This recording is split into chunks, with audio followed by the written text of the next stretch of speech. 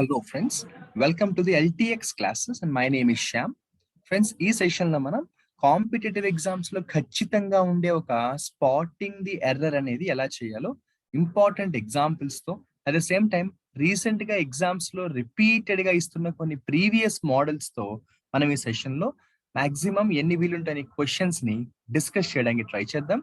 Because present ఉన్న competitive exams లో spotting the error అనేది ఖచ్చితంగా ఉండే ఒక సెక్షన్ కాబట్టి గ్యారంటీడ్ సెక్షన్స్ మనం బాగా చదువుకుంటే స్కోరింగ్ చేసేసుకోవచ్చు.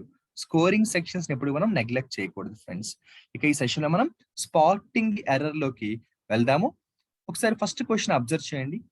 నా రిక్వెస్ట్ ఒకటే ఫ్రెండ్స్, వీడియో చూస్తున్న ఏ సీరియస్ ఆస్పిరెంట్ అయినా కూడా చేయాల్సిన ఒక పని ఏంటంటే, నేను ఇచ్చే ఎక్స్ప్లెనేషన్ డైరెక్ట్ గా వినకుండా మీరు క్వశ్చన్ చూసిన వెంటనే వీడియో పాజ్ చేసుకుని మీరు ఒకసారి ట్రై చేయండి. మీరు ట్రై చేస్తే మీకు తెలుస్తుంది whether you are able to find the answer or not. అప్పుడు నా ఆన్సర్ తో మీ ఆన్సర్ ని కంపేర్ చేసుకోండి. చూడండి, the answer to all the sufferings of human beings lies in the science. చాలా ప్రశ్నలకు సమాధానం సైన్స్ లో ఉందట. చాలా క్వశ్చన్స్ కి సమాధానం సైన్స్ లో దొరుకుతుందట. The answer to all the sufferings of human beings lies in the science అన్నాడు. ఏమన్నాడు? లైస్ ఇన్ ద సైన్స్ అన్నాడు. అంతా బానే ఉంది కదా అని అనుకుంటాము, కానీ అసలైన ఎర్రర్ ఏంటంటే ఫ్రెండ్స్, ఇక్కడ సైన్స్ లో సమాధానం దొరుకుతుంది అని చెప్పడంలో తప్పు లేదు, కానీ దా సైన్స్ ఏంటి ఫ్రెండ్స్? ఇక్కడ అసలు దా పెట్టాల్సిన అవసరం ఏముంది? దా పెట్టకూడదే. దా సైన్స్ అంటే ఈ సైన్స్ అన. దా అనే ఆర్టికల్ ఎప్పుడు యూజ్ చేస్తామో మన అందరికీ బాగా తెలుసు. ఆర్టికల్స్ అనే టాపిక్ లో మనం దా ఎప్పుడు యూజ్ చేయాలి, ఎప్పుడు యూజ్ చేయకూడదు డిస్కస్ చేస్తాం. ఇది ఒక జనరల్ స్టేట్మెంట్. ఇది చాలా క్వశ్చన్స్ కి సమాధానం సైన్స్ లో ఉంటుంది అన్నాం అంతే. ఇంకా సైన్స్ లో ఉంటుంది అంటే సరిపోతుంది, కానీ మళ్ళీ దా సైన్స్ ఏంటి? కాబట్టి article error, the should be eliminated. కాబట్టి పార్ట్ సి లో ఆన్సర్ ఉంది, ఎర్రర్ ఉంది. Friends, let's have look at the next question. I like to travel by the air as I'm a very busy person. నేను చాలా busy person కాబట్టి ఎప్పుడు కూడా flight లో వెళ్ళడానికి ట్రై చేస్తాను. ఫ్లైట్ లో వెళ్ళడానికి నేను ఎక్కువ ఇష్టపడతాను అనేటప్పుడు I like to travel by air అంతే. ట్రావెల్ బై ఎయిర్ అంటే ఫ్లైట్ లో వెళ్ళడానికి ఇష్టపడతానండి. ట్రావెల్ బై ఎయిర్ అనాలి, కానీ ట్రావెల్ బై ద ఎయిర్ ఏంటి? ఇక్కడ దా పెట్టాల్సిన అవసరం ఏముంది? మనం ట్రావెల్ బై ఎయిర్ అంటే, కానీ ట్రావెల్ బై ఎయిర్ ఏంటి? దా షుడ్ బి ఎలిమినేటెడ్. ఇక్కడ దా అనేది ఉండకూడదు. అప్పుడు ఏమవుతుంది?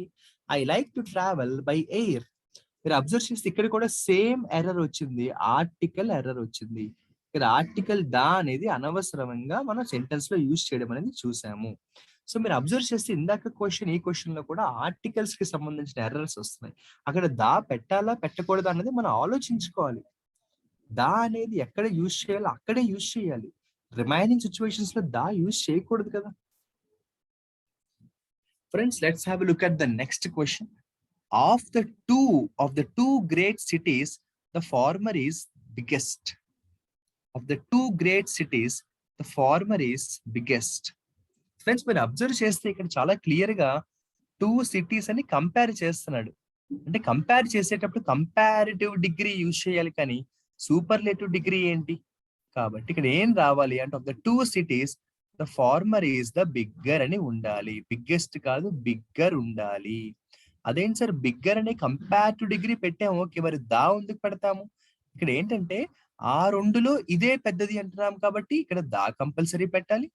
కంపారిటివ్ డిగ్రీలో యూజ్ చేస్తే బిగ్గర్ ని కూడా కంపల్సరీ యూజ్ చేయాలి.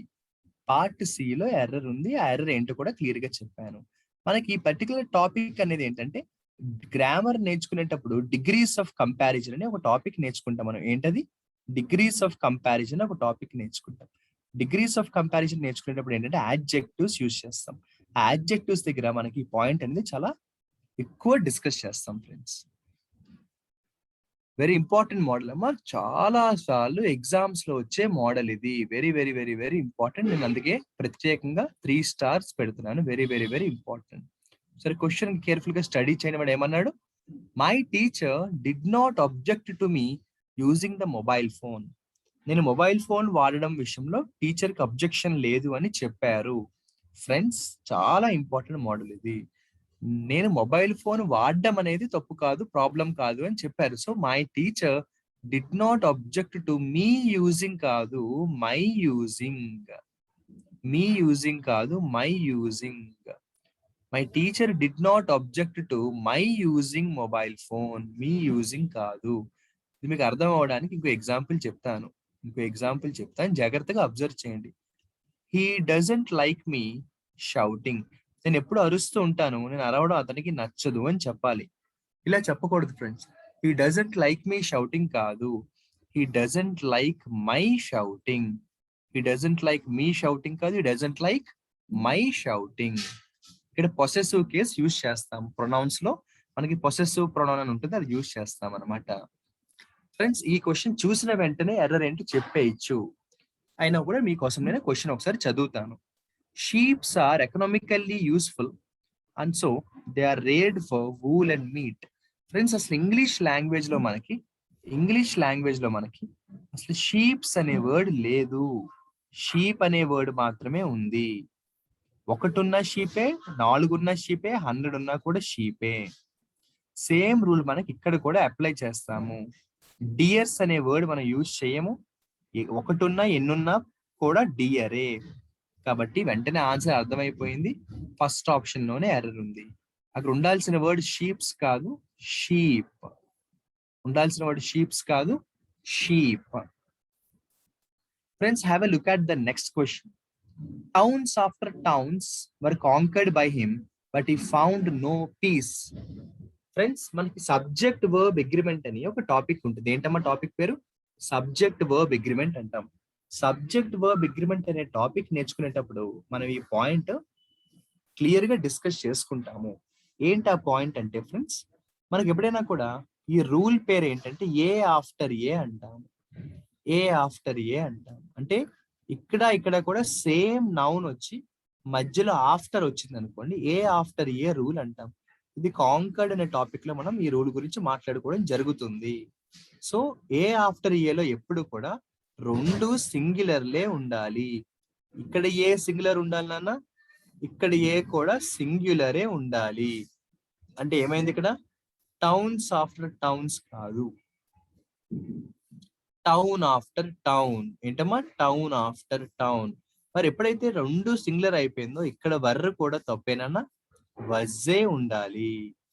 సో టౌన్స్ ఆఫ్టర్ టౌన్స్ కాదు నాన్న, టౌన్ ఆఫ్టర్ టౌన్. ఓకేనా? క్లియర్ గా ఉందా?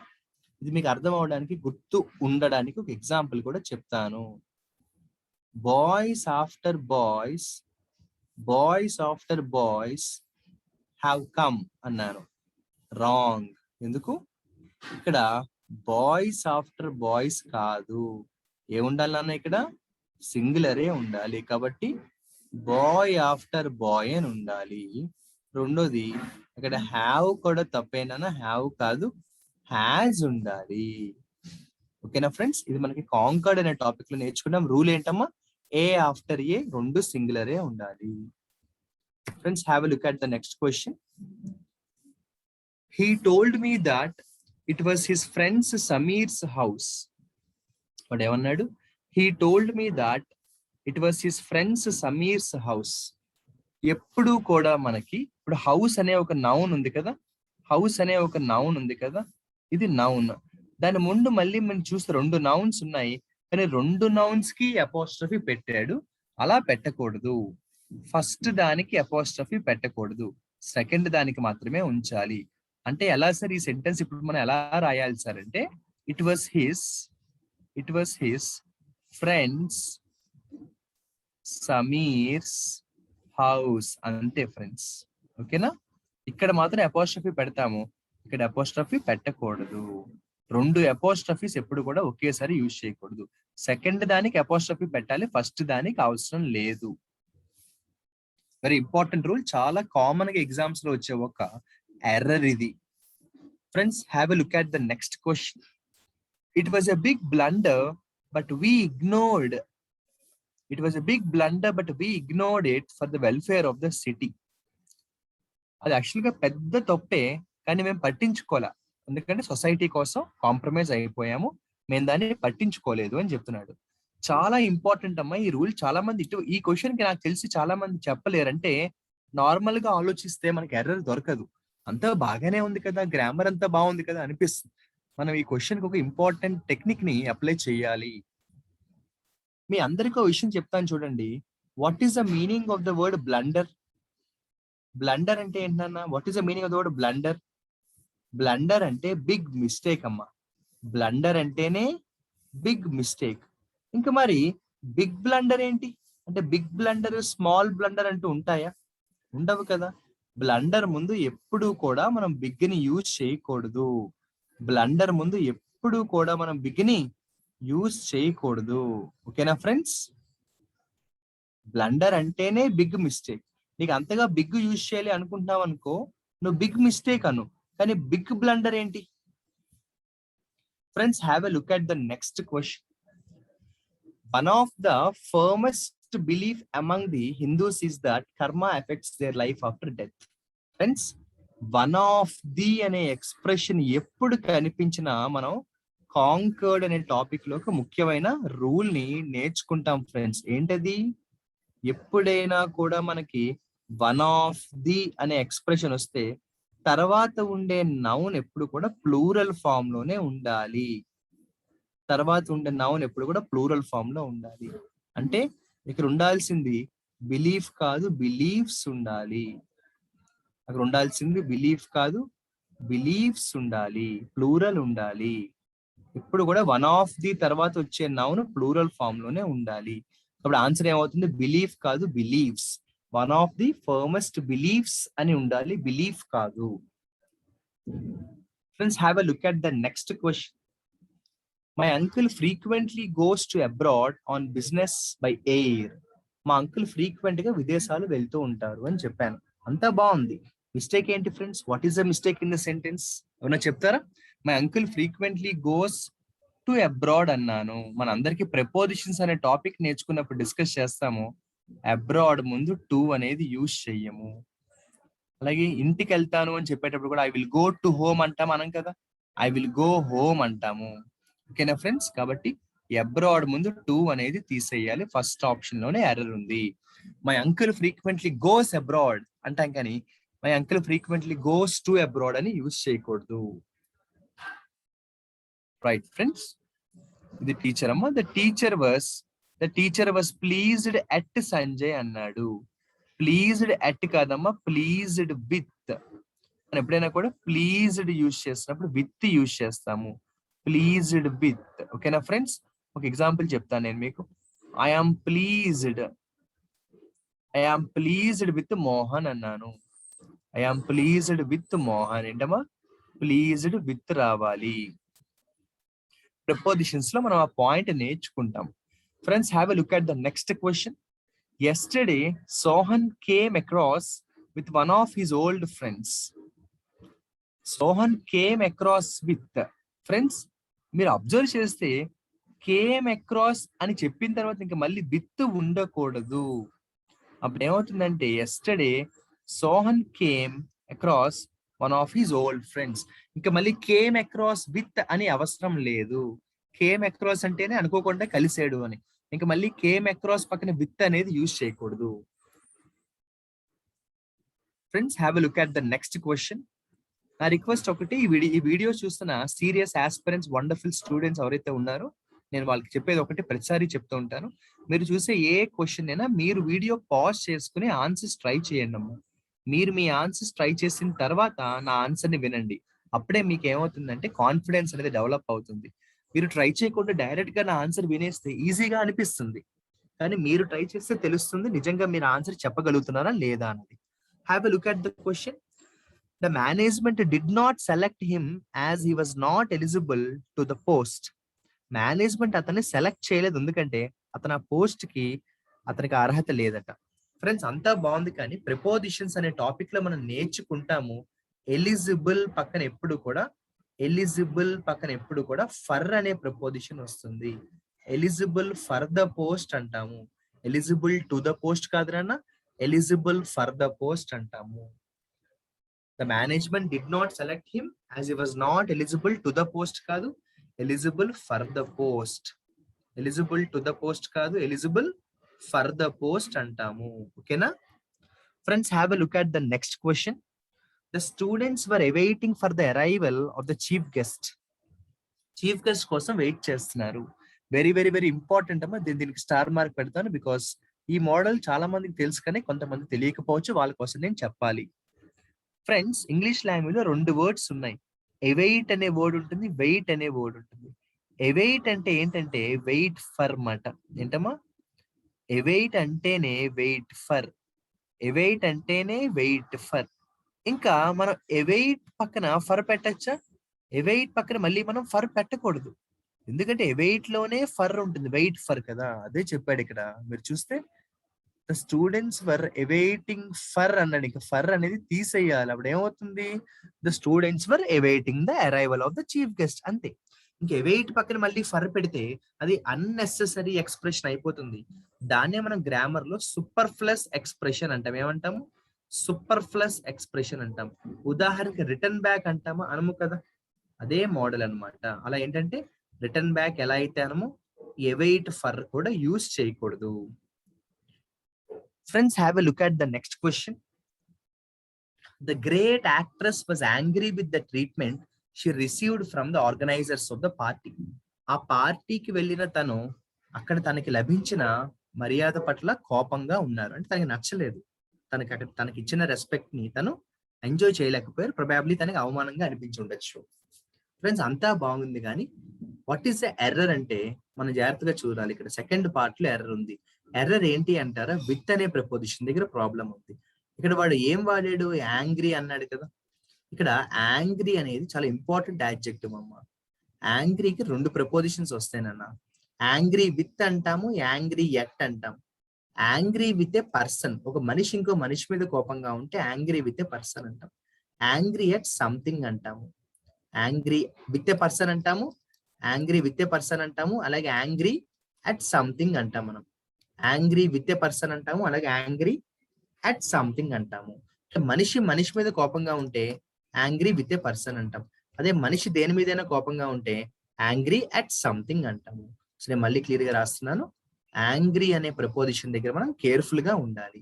మనిషి మనిషి మీద కోపంగా ఉంటే యాంగ్రీ విత్ ఏ పర్సన్. అదే మనిషి దేని పట్లైనా కోపంగా ఉంటే యాంగ్రీ అట్ సంథింగ్ అంటాం. యాంగ్రీ అట్ సంథింగ్ అంటాం. ఇది చాలా సార్లు ఎగ్జామ్స్ ఇస్తుంటారు, కేర్ఫుల్ గా చూసుకోండి. ఇది మీకు అర్థం అవడానికి ఒక మంచి ఎగ్జాంపుల్ చెప్తాను. I am angry with you అంటాను. ఏంటమ్మా? నాకు నీ మీద కోపంగా ఉంది అని చెప్పాలంటే I am angry with you అంటాను.